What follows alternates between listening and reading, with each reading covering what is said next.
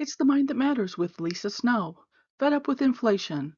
Why the Fed's approach to inflation is counterproductive at best and could be disastrous. First, a little background and an introduction. I need to say I'm not an economist. I have a BS in applied math and over 20 plus years of experience in business. And one of the things that I learned along the way is that if you don't approach the problem the right way, then it often doesn't matter how hard you try, you will not succeed. And you could also make things infinitely worse. I've also studied how well-intentioned people, organizations, and countries end up in some pretty bad spots when they are doing what they thought was right or rational, but was neither. And some of the worst mistakes are made by people doing what they have done, not realizing that the context and circumstances have changed, and that those same actions can have significantly negative consequences. Case and point coming up. Forgetting to check context for changes. When looking at situations that repeat with little change, people begin to habitualize the process, which is not a problem if the context doesn't change. When the context changes, however, they're slow to recognize the change, and that's where problems occur. One example could be a child who's threatened with punishment, but the parents never follow through. The child learns that threats are meaningless. As he or she gets older, she continues to act up and act badly. Eventually, police are involved, but as a minor, they're limited in what they can do. As that child approaches 18 and becomes an adult in the eyes of the law, the consequences will change quickly and abruptly. Companies have also been guilty of the same thing. Blockbuster reacted too late to changes in streaming services. In fact, in 2000, Blockbuster could have bought Netflix for $50 million, but thought it was a joke. Blockbuster is largely out of business, and Netflix is worth $240 billion. This is actually a really common problem. Greenspan messed up too, as he explains. Well, where do you think you made a mistake then?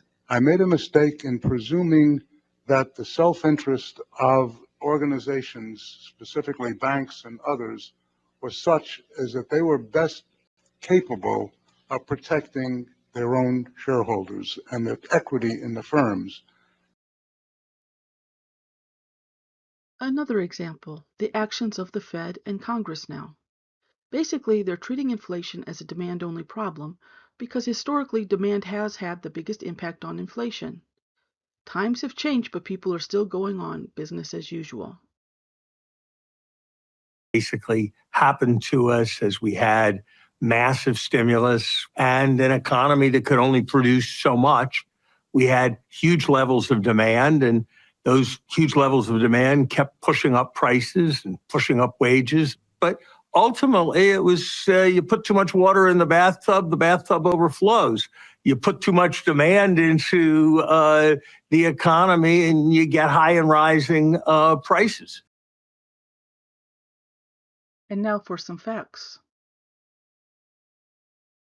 The San Francisco Fed says that is demand is maybe 30 to 35% of the inflation. Wages are really around 20% of the inflation. There's a huge corporate profit aspect to it. There's a huge supply chain aspect to it. But our method for controlling it seems really much more focused on wages and employment.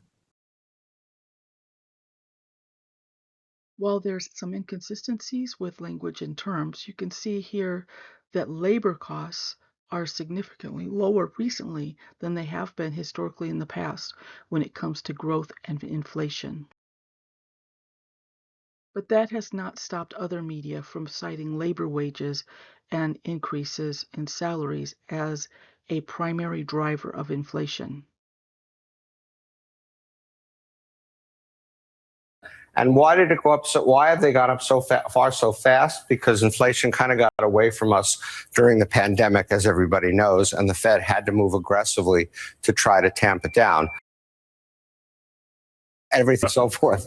And what you can see here is that core inflation has really been stuck at this 4.5% number that came out just a few days ago. And that is obviously way above the Fed's 2% target, and of course, way above where it was before the pandemic hit. So why is it stuck there? In large part because of wages. That is the single biggest cost component for most businesses. And wages, you can see the trajectory following almost the same path. And wage increases in terms of total employment costs now at about 4.8%. So you got 4.8 here, 4.5 there. Not surprisingly, that's the kind of relationship you expect to see. Bad math would leave us with the impression that wages account for nearly all the inflation.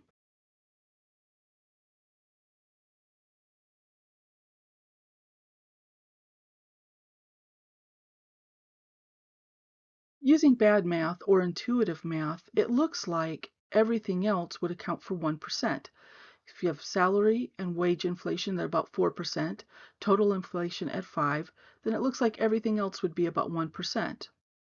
But if we want to check it and actually use equations and some math, we can see that if we assume that salary and wages are about 50% of inflation and everything else, largely corporate profit, is the other 50%, then if we plug the numbers in and we take the 4% of salary inflation times the 50% and we add that to the 1% times 50%, we would end up with 2% plus 0.5% or 2% total inflation, not the 5% we're seeing in real life. So we know there's a problem. If we want to find out what that everything else really is, we take that same equation, 50% wages and salaries account for inflation, and everything else accounts for the other 50% of inflation. And we plug in the numbers. 4% is what the wage and salary inflation was, times 50% plus, and we want to find X, which is also 50% of inflation, and that total should be about 5. When we solve all this, we see that X equals 6%. So everything else is contributing 6% to inflation, not the 1%. And that's a pretty huge difference. And this is important because if we want to see what the wage and salary inflation would need to be, while everything else is not addressed and is still maintaining an inflationary rate of 6%, and also achieve the Fed goal of 2% inflation, that salary and wage inflation would need to be -2, which would be pretty much disastrous.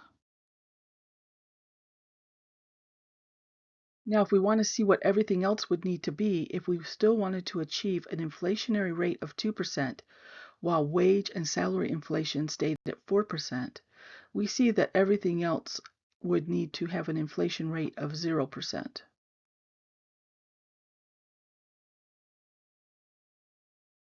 And these are the consequences. I used the idea of 50-50 to make a simple point.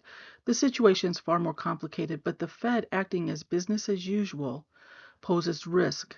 Trying to curb inflation through salary/labor costs would only cause a lot of hardship, as people would not be able to afford food and necessities. And doing this signals to companies that demand will drop, so that companies are less likely to invest and increase capacity at a time when we need them to increase capacity, which makes everything worse. So moving forward, relying on interest rates to curb inflation by bringing down demand, while not considering other factors like corporate profits, is likely to cause more damage by putting pressure on wages and costs of credit for regular people to a point where it could be devastating, while still not affecting inflation as desired. This will also absolutely compound the problem because in cases where there are true shortages, companies are less likely to invest to increase capacities because they will be anticipating a drop in demand. And they'll also sit on the extra profit and maybe increase the prices even more because they can. Other factors like corporate profit need to be addressed.